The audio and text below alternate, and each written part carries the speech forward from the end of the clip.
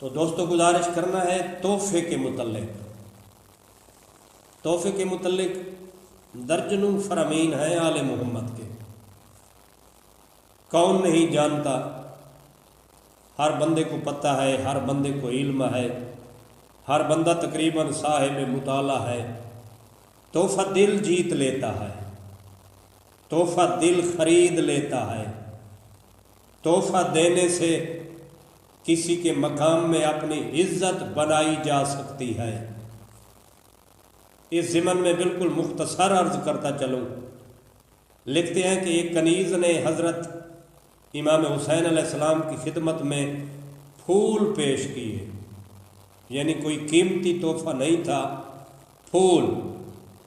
آپ نے اس کے اس ہدیہ کو قبول کر لیا، پھر اسے آزاد کر دیا۔ سبحان اللہ۔ آپ نے فرمایا جو کوئی تمہیں ہدیہ میں کوئی چیز پیش کرے، یعنی جو کوئی تمہیں کوئی تحفہ دے، تو تم اس سے بہتر چیز تحفے میں اس کو واپس دو۔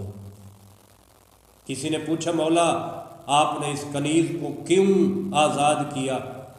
مولا نے فرمایا کیونکہ اس نے مجھے پھولوں کا تحفہ دیا، اور میں چاہتا تھا کہ میں جو اس کو تحفہ دوں وہ اس کے تحفے سے بہتر ہونا چاہیے، تو اس کے تحفے سے مجھے بہتر یہی لگتا تھا کہ اس کو تحفے میں اپنی غلامی سے آزادی دے دوں۔